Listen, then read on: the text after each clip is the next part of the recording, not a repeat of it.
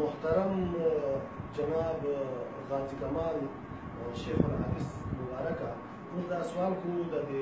عبدالقادر جیلاني په باره کې چې د هغه اولاد ټول د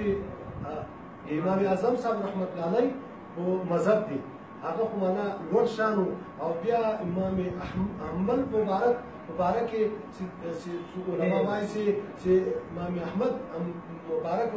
هغه کې په مذهب کې عبدالقادر جیلاني داخل شوی دا سره دا واقعه موږ ته بیان کا موږ ته د مسلمانانو واوري دی خو مثال ډېره غټه هستي وه مثال امام اعظم صاحب خو لوړ سړی و مثال د امامانو سردار و چې دا موږ ته پېښ کړي دا څه واقعه وه دا صحیح الحمد لله وکفا وسلام علی عباده الذین اصطفى اما بعد علما محدثین ټول مورخین تواریخ والا کتابونه ټول دا لیکلي دي چې غوث الاعظم دستگیر شیخ عبدالقادر جیلانی محبوب ربانی غوث سمدانی شهباز لامکانی رضی الله تعالی عنه وقدس الله سره العزیز هغه مبارک د امام احمد بن حنبل رحمه الله تعالی په مسلک باندې وفات شوی اگر کی یو عالم لیکي علامه مفتی نظام الدین ملتانی رحمه الله تعالی داغه یو فتاوا داغه ته جامع الفتاوا 215 صفحات دویم جز کې هغه لیکلي 12 جلد فتاوا ده 12 جلدو باندې مشتمل ده هغه کې دا لیکلي علامه شیخ مفتی نظام الدین ملتانی رحمه الله تعالی چې غوث الاعظم دستگیر په آخري عمر کې د امام ابو حنیفه رحمه الله تعالی په مسلک باندې وفات شوی دی خو ما چې کوم خپل تحقیق به کړی دی زما تحقیق دا دی چې کتابونه ما ورپسې کتلي تلاش ما کړی په سند د علماو د محدثینو غوث الاعظم دستگیر د امام احمد ابن حنبل رحمه الله تعالی په مسلک باندې وفات شوی دی وایي د هغې وجه دا ده چې روحانیت باندې غوث الاعظم دستگیر هغه مبارک د امام ابو حنیفه رحمه الله تعالی په قبر باندې تیر شو په زیارت باندې د هغه زیارت ته راغی ولې غوث الامام اعظم هغه رضی الله تعالی عنه هغه مبارک 150 هجری کې وفات شوی 150 هجری کې او په 70 هجری کې پیدا شوی 80 هجری کې او په 150 هجری کې وفات شوی دی او غوث پاک چې 301 کې پیدا شوی دی او په 1500 یا 1501 کې وفات شوی دی غوث پاک نو علما محدثین دا لیکي چې امام غوث اعظم مبارک د امام ابو حنیفه د امام اعظم روشن ضمیر رضی الله تعالی عنہ داغه په زیارت باندې تیر شو په قبر باندې داغه زیارت تراغه دعا یې وکړه تلاوت یې وکړ غوث پاک مبارک او اخري کې چې دعا یې کوله امام ابو حنیفه رحمه الله تعالی بعضې صوفیه کرام وو چې هغه مبارک ورته قبر نه راووت چې راووتو امام غوث اعظم مبارک ته لاسونه ورکړه دواړه یو بلې په غیږ کې ونیو مصافحه یې وکړه مصافحه یې وکړه محدثین حضرات وایي چې نه روحانیت باندې ولیدو دواړه یو شی دي که روحاني وي که جسماني وي لکه نبي کریم صلی الله علیه وسلم لکونو امتیانو ته لاسونه د قبر مبارک نه راایستلي بخاری شروع کې استد فتح الباری کی قسطلانی کی عمدۃ القاری کی ارشاد الساری کی البدایہ والنہایہ کی تاریخ تبری کی تاریخ بغداد کی لوی علماء محدثین په درزنو کتابونه په دې ډک دي چې نبی علیہ السلام جسدیات هر مبارک په قبر کې اوسم ژوندی دی تصرفات لري اختیارات لري عبادات باندې مصروفه دی او په لکونو امتیانو ته خپل لاسونه د قبر نه راایستي سبحان الله نو غوث اعظم دستگیر ته امام ابو حنیفه رحمه الله په روحانیت کې ورته مخامخ شو چې مخامخ شو خبرې ورسره وکړي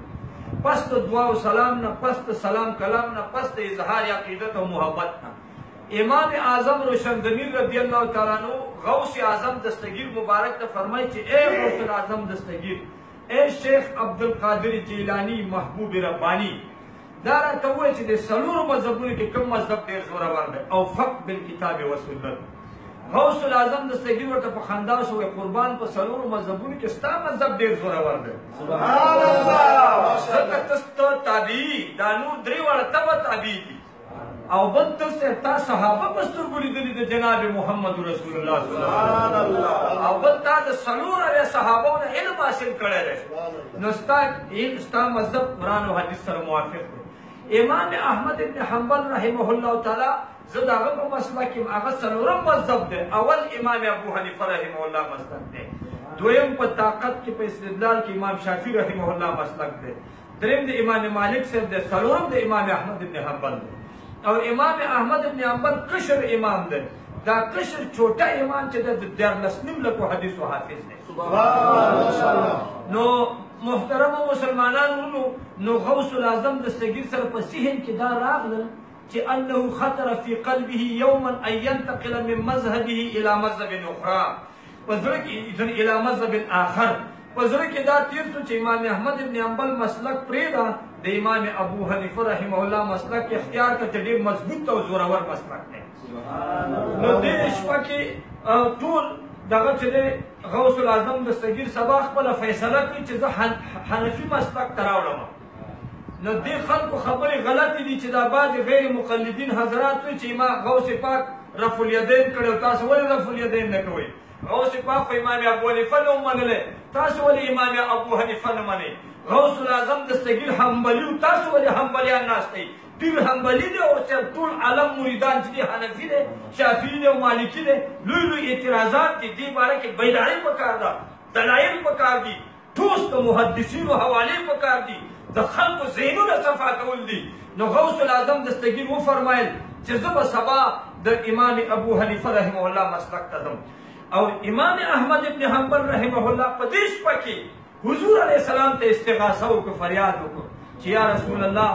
زه یو په دې مذهبونو کې کمزوری ځای یم، څلورم ځای یم، دا نور مشران دي، لوی خلک دي، یو شخص لرم غوث الاعظم دستگیر ډېر عظیم ولی دی، دا زما نه روان دی. حضور علیه السلام ته فریاد پیش کړو. حضور علیه السلام خو بعد از خدا بزرگ توی قصه مختصر، حضور علیه السلام په خوب کې صاحب امام احمد ابن حنبل نبی علیه السلام ته خپل فریاد وکړو. نبی علیه السلام ورته ویل نه هغه زما بچی دی، هغه زما په لایه باندې بچي، زه چې څه وایم؟ ولی هغه ځکه فرمایي وکل ولی له قدم وانی علی قدم النبی البدر الکمال، هر ولی چې دی یو نبی په قدم باندې قدم دی، زما قدم چې دی ډایرکټ د محمد رسول الله په قدم باندې روان دی، زما قدم د جناب رسول الله په قدم باندې. نو ځکه غوث الاعظم دستگیر د سترګې د رڼ په اندازه د جناب محمد رسول الله خلاف نشي دی. نو ځکه امام فرعا فی تلک اللیله النبی صلی الله علیه وسلم مع جمیع الصحابه رضوان الله تعالی علیهم اجمعین. حضور علیه السلام راغی په خوب کې امام احمد ابن حنبل رحمه الله تعالی ته او ډېر صحابه کرام ورسره وو. نو ورأى امام احمد بن حنبل واقفا آخذا بيديه لحيته صلى الله عليه وسلم يلتمس من النبي صلى الله عليه وسلم ويقول يا رسول الله مر ولدك محي الدين السيد عبد القادر ان يحمي هذا الشيخ الضعيف. امام احمد بن حنبل د حضور علیه السلام ګیره مبارک داسې ونیو مچې کړ، ورته ویل قربان امر وکړه خپل بچي ته شیخ عبدالقادر جیلاني ته چې ما به نه پرېږدي امام احمد بن حنبل. سبحان الله. حضور علیه الصلاة والسلام فقال النبي صلی الله علیه وسلم متبسما، حضور علیه السلام په خندا سو امام احمد بن حنبل فکر مکوه یا سید عبدالقادر اقبل التماس هذا الشیخ. حضور علیه الصلاة والسلام په خوب کې غوث الاعظم دستگیر ته راغی. اولیاء کرام فرمایي صوفیه کرام په ویښه باندې راغی، ځکه غوث پاک 3 واره جناب محمد رسول الله صلی الله علیه وسلم په ویښه باندې لیدل. نو محدثین وایي چې په خوب کې دی، بهرحال خوب هم د نبي برحق دی او که په ویښه هم برحق دی. که د خوب حالات وي، که د یقظت حالات وي، که د نوم حالات وي، که د یقظت حالات، د نبي پاک کې اعلی سویه دی. ذکر رؤیا الانبیاء وحی، پیغمبران په خوب کې لیدل دا وحی دي انبیاءو دپاره، او نبی په خوب کې لیدل برحق دي. حضور علیه السلام فرمایي چې من رآني فی المنام فقد رأى الحق، زه چې چا په خوب کې ولیدم حق یې ولیدو. ولا یتمثل الشیطان بی، شیطان زما په شکل کې ځان نشي جوړولی. نو حضور علیه الصلاة والسلام ته فرمایي بچیا یا سید عبدالقادر الجیلانی، اے عبدالقادر جیلانی اقبل التماس هذا الشیخ، قبول کړئ طلب د دغه شیخ. فقبل التماسه بامر النبي صلی الله علیه وسلم. هو یا رسول الله چې ته دا حکم کې چې امام احمد ابن حنبل په مسلک پاتې شه، بلکل زه پاتې یم. نو چې دې وخت کې ده یو عرض وکړو یا رسول الله و یو عرض کومه جد یا الله ستا قربان چې ولې و امام ابو حنیفه رحمه الله وای بچی امام ابو حنیفه رحمه الله په ټوله دنیا باندې حاوی دی داغه مذهب باندې په کروڑونو عاشقان پراته دي امام احمد ابن حنبل کې لکونه عاشقان او کته د مذهب نه لاړ شي حنفي مسلک ته دا لکونو عاشقان بم ټول ستا پسې روان شي ځکه وګوره تر قیامته پورې سلسله روان د غوث اعظم دستګیر حضور علیه الصلاۃ والسلام د امام احمد ابن حنبل په مسلک باندې پاتې کړ چې ته پاتې شو بیا چې پاتې شو سهار صاحب مونځ وکړو چې مونځ وکړو صاحب نو بیا یې وویلې امام غوث پاک نه پوښتنه وشوه وسئل عن الشيخ الجيلاني هل كان لله وليا على غير اعتقاد احمد بن حنبل سوال وشو عبد القادر جیلانی رضی الله تعالی عنہ چې آیا د امام احمد بن حنبل د مسلک نه غیر بل ولی شته فقال ما كان لله وليا ولا يكون د امام احمد بن حنبل رحمه الله د مسلک نه غیر نو ولی شته او نه به وي بالکل چې دا ویلې نو محدثین عالمان چې څوک د په مطلب نه پوي دغه اعتراضات وکړي چې بھائی حنبلی مسلک کی خالی اولیاء دي حنفی مسلک کې ستا شافعي کې ستا مالکی کې ستا په کروڑونو عاشقان پراته دي نو جواب یې دا دی چې اولیاء د امام اعظم روشن ضمیر مبارک کې ستا او امام شافعي مسلک کې ستا مالکی مسلک کې ستا حنبلی کې ستا خو امام الانبیاء صرف حنبلی مسلک والا دی چې هغه غوث اعظم ماشاءالله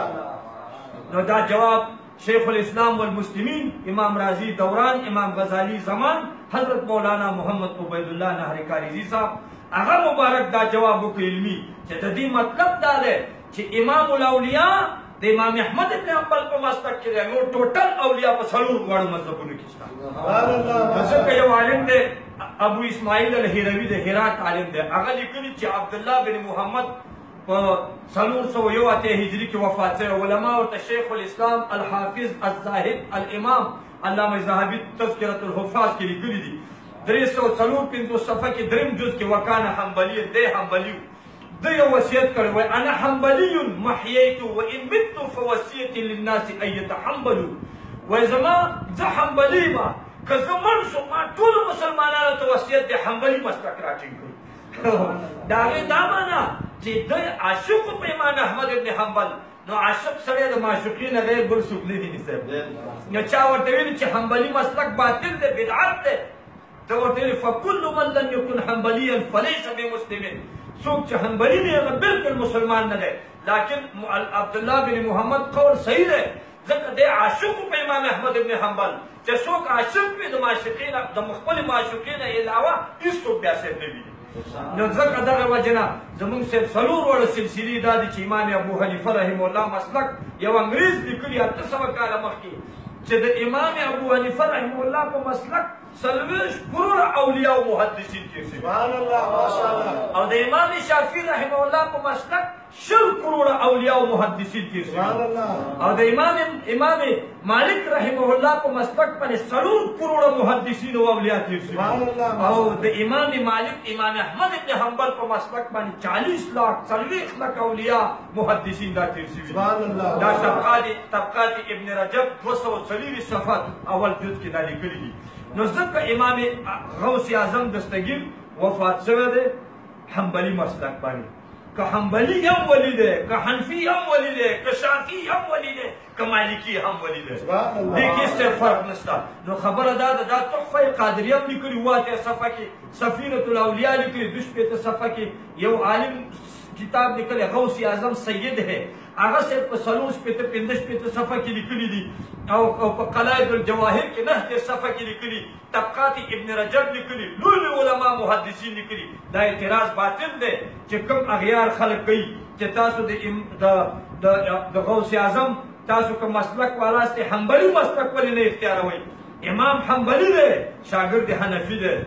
خاندان صرف غوث اعظم دستگیر حنبلی دی ټوټل خاندان حنفی دی اصلی سے رضا د الله تعالی دا که حنبلی که شافعی که مالکی که سیب آگئی حنبلی او که حنفی که شافعی اصلی سے د الله تعالی سیب رضا دا رضای مولا ازهم اولا وصلی اللہ تبارک و تعالی خیر خلقی محمد وعلى آله و اصحابه